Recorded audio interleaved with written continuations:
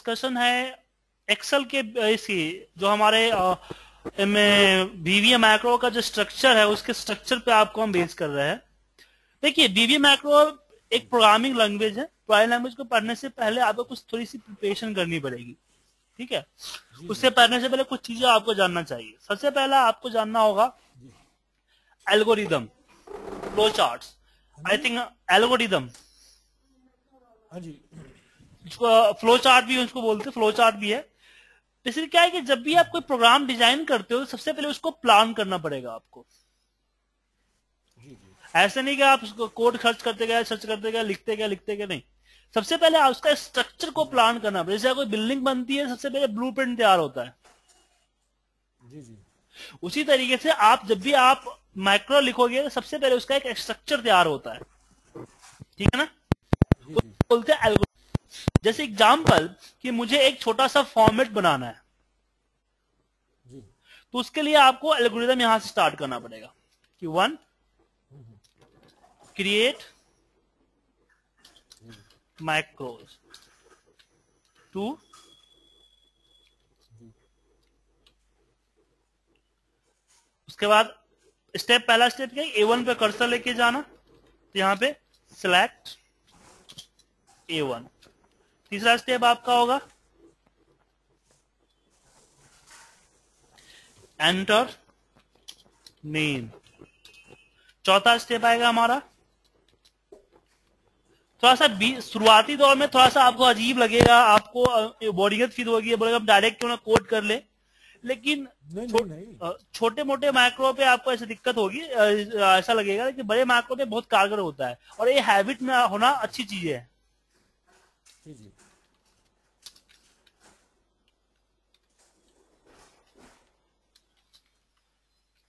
Select C1 7 enter marks, ठीक है।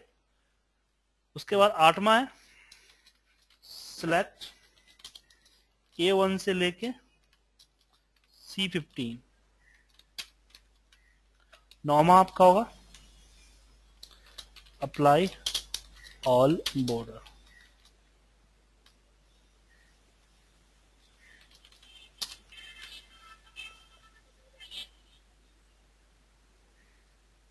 हाँ सुनो, हाँ क्लास ले रहे हैं, क्लास के बाद बात करते हैं।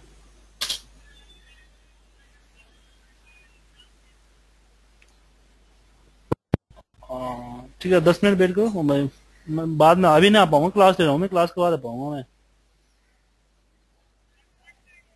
हाँ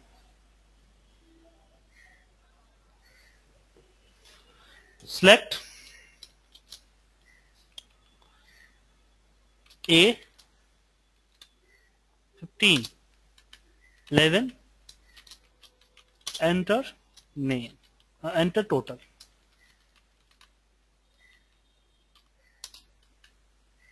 तो इसी तरह का आपने एल्गोरिदम बाकी स्टेप्स इस तरह से लिख लोगे। अब स्टेप्स लिखने के साथ साथ इसके साइड में इसके कोड भी आप यहीं सीट पे या नोट पैड में कहीं भी इसको लिख लोगे। इससे फायदा क्या होगा, जिस चीज का कोड आपको नहीं आता होगा, आप यहीं पे आपको पता चल जाएगा कि ये फलाना चीज कैसे होगा। तो जी आप जी इसके लिए एक डायरी मेंटेन कीजिए, चाहे एक रजिस्टर मेंटेन कीजिए। जितने भी मैक्रो आप बनाएंगे सबसे पहले उस मैक्रो को अपने उस डायरी में या फिर उस नोटपैड में, उस रजिस्टर में एंट्री कर, मैनुअल राइटिंग करेंगे। मैनुअल राइटिंग करने से दो फायदा होगा। एक तो आपको राइट करने का जो चीजें है ना, जो कंसे से कॉमा कहाँ लगाना है, ब्रैकेट कहाँ छोड़ना है, ऐसा चीजें आपको ध्यान में आता रहेगा। जी जी और दूसरा कि कोड आपको याद भी होते रहेंगे। जी जी और इन फ्यूचर में कभी भी आपको कहीं कहीं पे आप फंसते हो तो उस डायरी से, उस रजिस्टर से आप हेल्प ले सकते हो।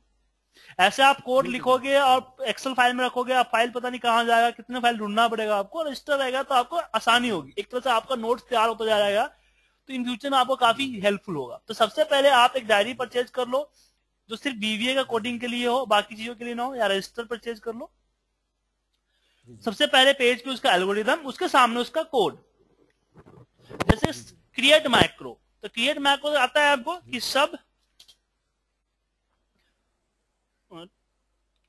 टेस्ट 1 मैंने मैक्रो क्रिएट कर लिया। सिलेक्ट A1, इसका कोड होता है रेंज A1। अब ये क्या होता है मैं समझा रहा हूं आपको बाद में। डॉट वैल्यू, ठीक है। एंटर द नेम, सॉरी यहां पे सिलेक्ट हो जाएगा, सिलेक्ट नेम एक्टिव सेल। तो आपको यहीं पे पता चलता जाएगा जी जी कि हमने करना क्या है। जिसकी कोड आपको पता नहीं है आपको यहीं पता चल जाएगा, तो इसी में आप ओवरराइड कर लोगे या कहीं से देख लोगे या फिर बाकी सब जगहों से आप इसका यूज कर सकते हो। तो किसी भी मैक्रो का एल्गो तैयार करना बहुत इंपॉर्टेंट है शुरुआती दौर पे, चाहे आप आगे भी चल के, क्योंकि एल्गो से क्या होता है कि कोई स्टेप मिसिंग है तो आपको यहां पता चल जाएगा। कोड करते समय कोई स्टेप मिसिंग है पता कब चलेगा, जब आप कोड को रन करोगे और फिर उसके रिजल्ट को वेरीफाई करोगे तब पता चलेगा यार यहाँ मिसिंग था, यहाँ यह होना चाहिए था।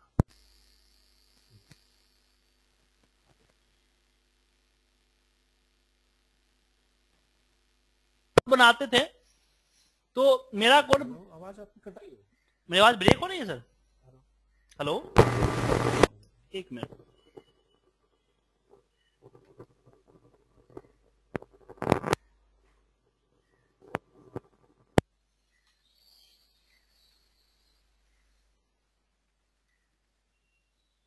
अब क्लियर है आवाज?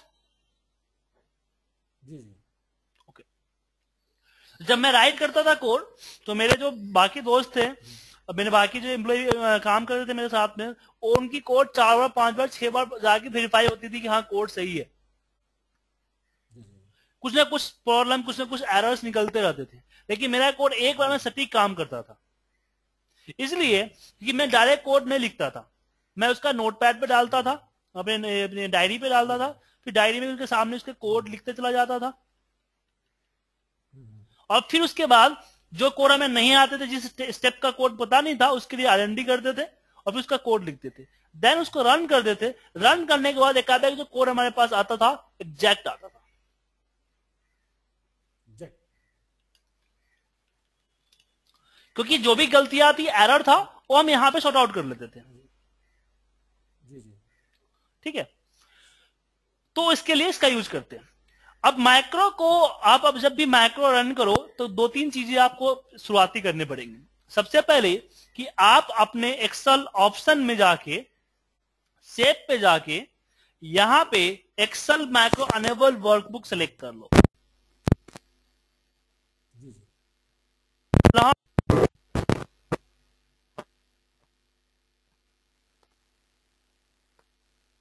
हेलो हेलो, आवाज कट गई बिल्कुल।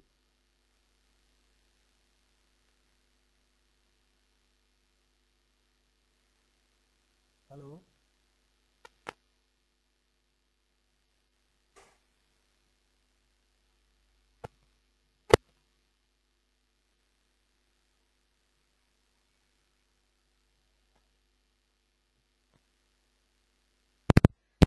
हेलो हेलो, विनोद जी, मुझे सुन पा रहे हो आप? हाँ जी, बीच में कट गई थी आवाज, अब आ गई। विनोद जी, मुझे सुन पा रहे हो? हाँ जी, सुन पा रहा हूँ जी।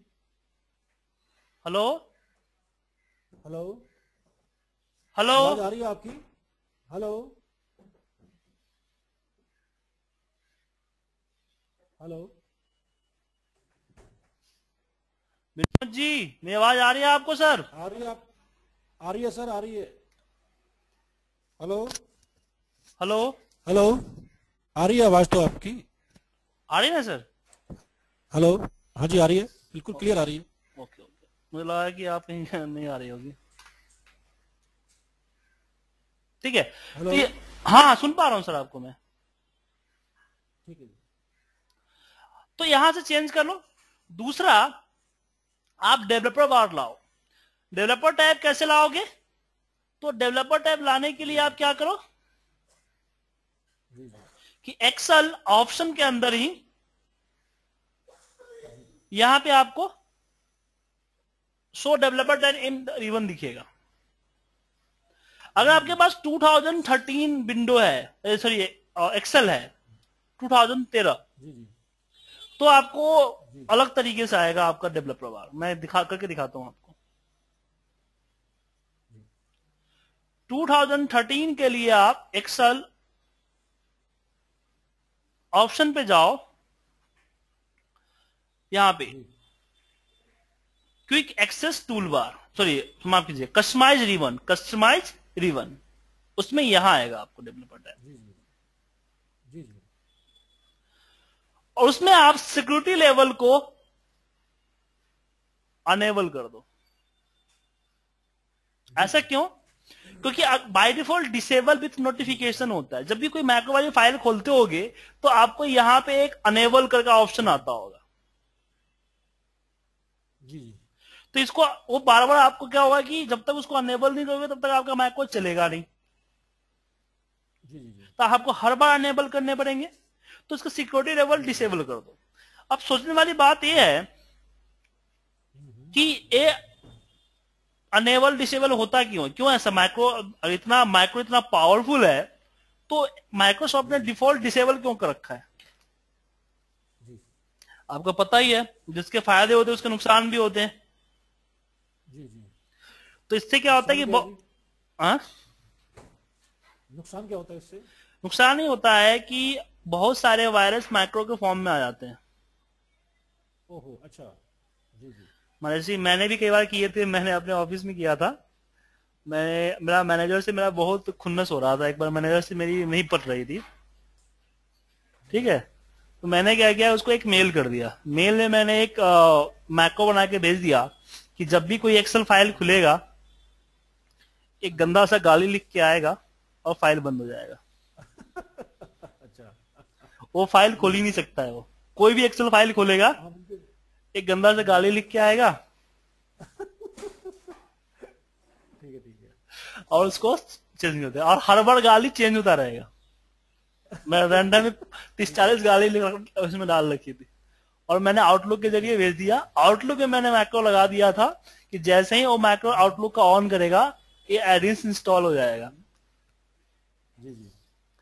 और उसने मैक्रो अनेबल कर रखा था, अच्छा जी। क्योंकि मैं रिपोर्ट में अधिकतर मेरे मैक्रो फाइल जाते थे। मैंने बोला कि भैया मेरे रिपोर्ट आएगा तो मैक्रो अनेबल करना, इसे आप डिफॉल्ट अनेबल कर लो ताकि बार अनेबल ना करना पड़े। होगा तब तक वो काम ही नहीं करेगा। हाँ,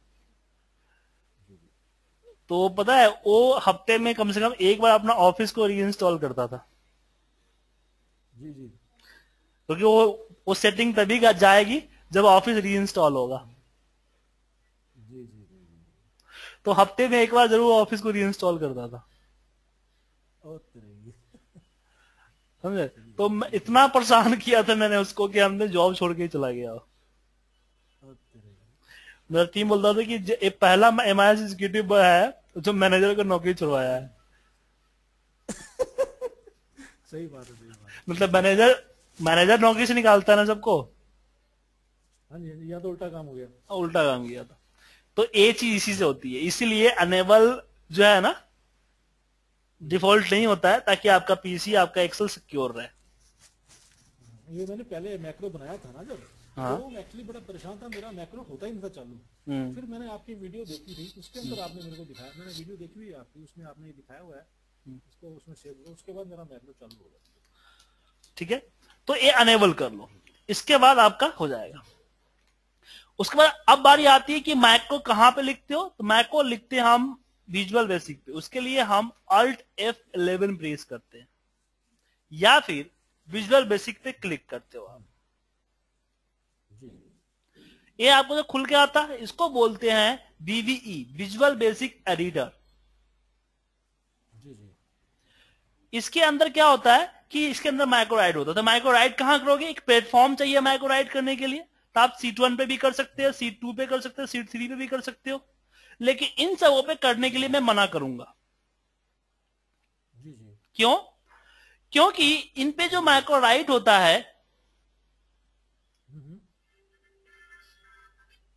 वो मैक्रो कहलाता है आपका इवेंट मैक्रो। क्योंकि अगर आप इसमें जनरली आपने सब्जेक्ट वगैरह वाली मैक्रो आपने लिख दी तो क्या होगा कि ये मैक्रो दूसरे फाइल में कॉल नहीं कर पाएगा। मतलब कि सीट इसमें बना लिया आपने तो सीट 2 पे इसको रन नहीं कर पाओगे, क्योंकि ये मैक्रो एक सीट से दूसरे सीट पे कॉल एक्सेस नहीं हो सकता है। ठीक है। दूसरा प्रॉब्लम क्या होता है कि अगर आपने सीट 1 को डिलीट किया तो आपका मैक्रो भी उसके साथ डिलीट हो जाएगा। ठीक ठीक ठीक ठीक।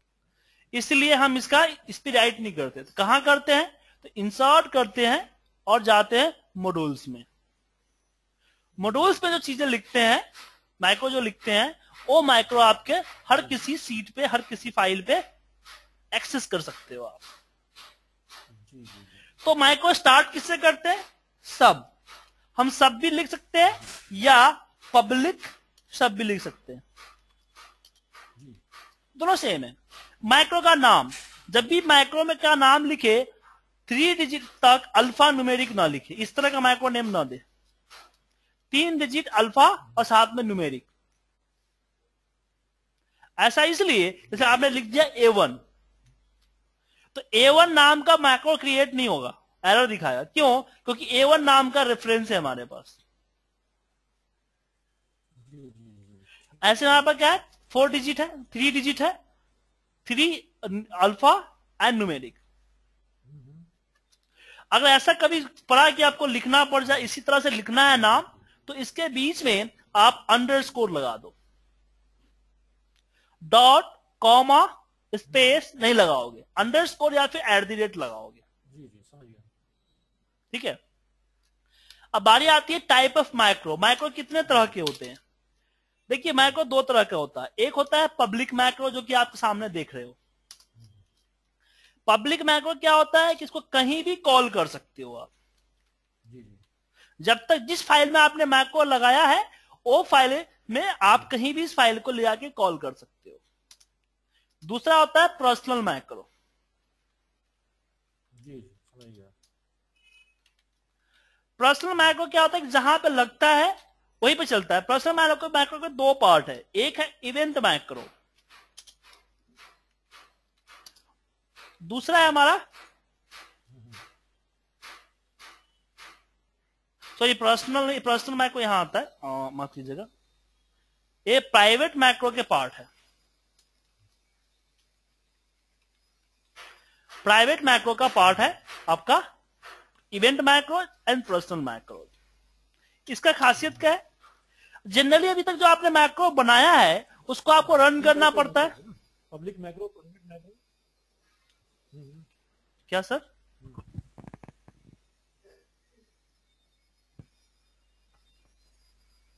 विनोद जी आपने कुछ बोला, मैं सुन नहीं पाया आपकी बात को।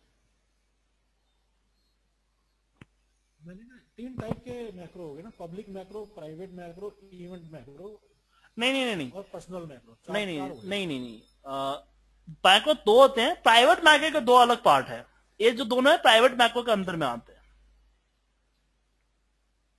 प्राइवेट मैक्रो मतलब कि इसकी इस पार्ट के सब पार्ट है। इवेंट और पर्सनल। प्राइवेट मैक्रो के अंदर ही ये दोनों आएंगे। अच्छा जी जी समझ गया मैं, समझ गया। तो इवेंट मैक्रो होता है कि अगर आपने कहीं पे क्लिक किया तो कलर हो जाए या कुछ लिख जाए, राइट क्लिक करते आपका मैक्रो रन हो जाए, सीट पे क्लिक करते मैक्रो रन हो जाए, किसी बटन पे क्लिक करते मैक्रो रन हो जाए, फाइल ओपन होते ही मैक्रो रन हो जाए, इसको बोलते हैं इवेंट मैक्रो। वो जो वायरस बनाया था मैंने इसी से बनाया था, इवेंट से ही बनाया था। मैंने बोला था when the new file creating. अच्छा अच्छा अच्छा जी, ठीक है ना। तो ये आपको इवेंट मैक्रो के अंदर में आता है। मतलब इवेंट मैक्रो क्या होता है कि एक पार्टिकुलर मोमेंट पे, एक पार्टिकुलर एक्शन पे आपका मैक्रो ऑटोमेटिकली रन हो जाता है। ये बैकएंड में हमेशा वेट करते रहता है कि अगर ये इवेंट चलेगा, मतलब राइट क्लिक चलेगा तो मैं रन हो जाऊंगा, अगर सीट 1 पे राइट क्लिक चला तो मैं रन हो जाऊंगा। हमेशा गोली लोडेड होता है, वेट करता है ट्रिगर दबने का, ट्रिगर दबते ही रन हो जाएगा। ठीक है। पर्सनल मैक्रो क्या होता है, पर्सनल मैक्रो और पब्लिक मैक्रो दोनों एक ही जैसा होता है।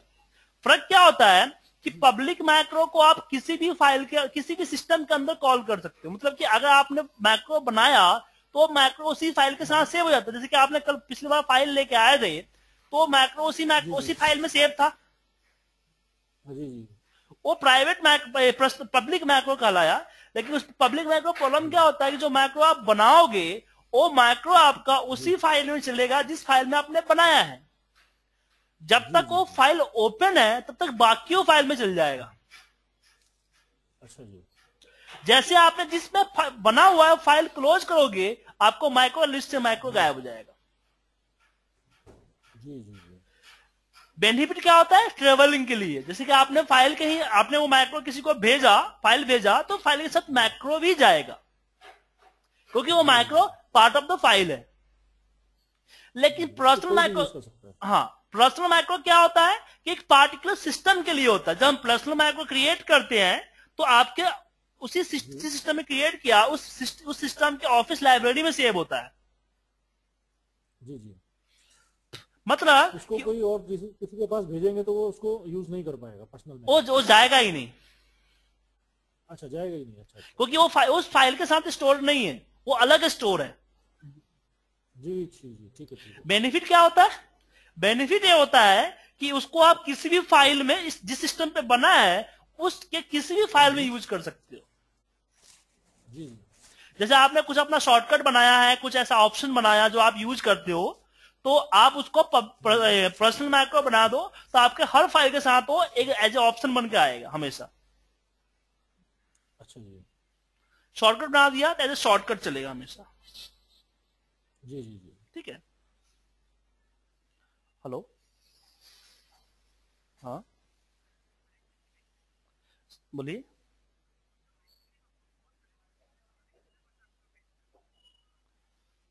सर अंबेडकर नगर साउथ दिल्ली में पड़ता है सर। मैं अभी बाद में बात करता हूँ, मैं थोड़ा देर बाद कॉल करूँ। मैं बिजी, मैं बताया था ना बिजी हूँ थोड़ा सा। मैं 1 बजे मुझे कॉल कर लीजिए सर। एड्रेस पिछली बार भी आपका एग्जीक्यूटिव आया था।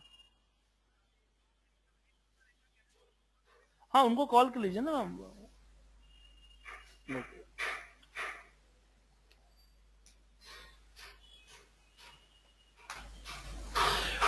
तो पर्सनल माइक्रो का फायदा समझ में आ गया। जी जी। ठीक है, तो आपको टाइप ऑफ माइक्रो समझ में आ गया, जी। माइक्रो क्रिएशन समझ में आ गया। हाँ जी, बिल्कुल जी बिल्कुल। चौथा टाइप जी जी होता है सर। हमारे पास फंक्शन। जी फंक्शन फंक्शन किसके लिए यूज होता है इस चीज को समझ लीजिए। देखिए जी। कभी कभी क्या होता है कि एक ही चीज को हमें 20 माइक्रो में यूज करना होता है। हाँ जी। मान लीजिए आपने एक कैप रेट निकाला, एक कोई एक परसेंटेज निकाला जिसको हर चीज में यूज करना होता है, तो परसेंटेज निकालने का जी कोडिंग जी। आपने किसी एक मैक्रो में कर लिया। हम्म। अब उसी कोडिंग को अगर 20 मैक्रो में सेम परसेंटेज का यूज करना है तो आपको 20 मैक्रो में यूज करना पड़ेगा सेम कोडिंग। जी जी। तो उससे जी अच्छा जी। है कि हम एक मैक्रो बना दें, 20 मैक्रो में इस फंक्शन को कॉल करेंगे, इस फंक्शन बना देंगे, इस फंक्शन को कॉल करेगा। जैसे कि आपने देखा था लेन। लेन क्या है? जी एक फंक्शन है जी। जो कहीं भी यूज कर अच्छा। सकते हैं हम। जी जी। ठीक है, जी जी। तो फंक्शन, या फिर आपको एक्सेल के जो फंक्शन होते हैं, जैसे वर्कबुक हो गया, जैसे आप लगाते हो ना इसका फंक्शन लगाते हो, जैसे वी लुकअप हो गया, एक फंक्शन है जो कि सीट पे चलता है। हाँ जी। उसी तरीके से आप एक्सेल के अंदर भी जी अपने जी। हिसाब से फॉर्मूले खुद के क्रिएट कर सकते हो, वो फंक्शन के थ्रू होते हैं। जी तीसरा आपके जी। पास होता है जी जी। User form. इसको तो आप जानते ही हो। जी जी। यूजर फॉर्म का यूज हाँ जी। होता है आपको यूजर इंटरफेस के लिए, जी वैलिडेशन के लिए। जैसे कि जी। यूजर फॉर्म की बात करें तो आप राइट क्लिक करके फॉर्मेट सेल करते हो, ये भी एक तरह का यूजर फॉर्म है। हम्म। यूजर फॉर्म है। ठीक है ना। आप कॉपी करके पेस्ट स्पेशल जी करते जी। हो, जी जी। ये भी एक यूजर फॉर्म है। तो इजिली जी जी। शूट करने के, अगर मान लीजिए कि सारे जो 7-8 कोड है, इसके अलग अलग कमांड होते हैं, अलग अलग शॉर्टकट होते हैं, अलग अलग जगह पे रखा होता, तो काफी दिक्कत होता है जी ना। जी। हाँ, ये तो बात सही है।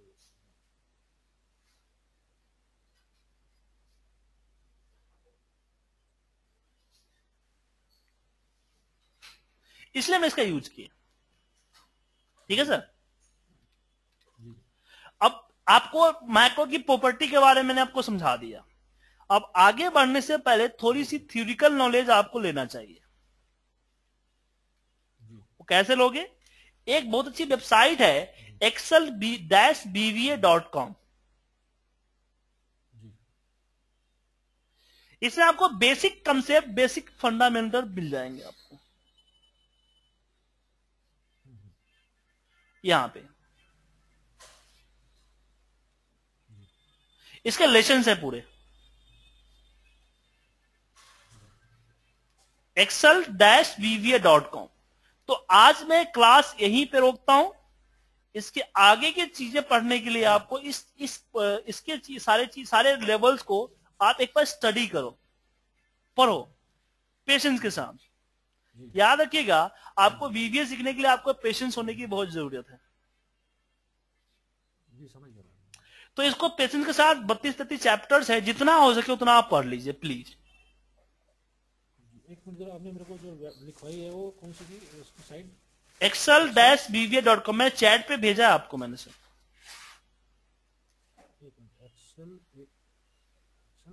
क्या बताया? excel-vva.com। ये ऊपर देखिए ना, यहाँ पड़ा हुआ है, यहाँ पे देखिए। ठीक है, ठीक है जी। नोट कर लिया सर आपने? हाँ जी, नोट कर लिया सर। तो प्लीज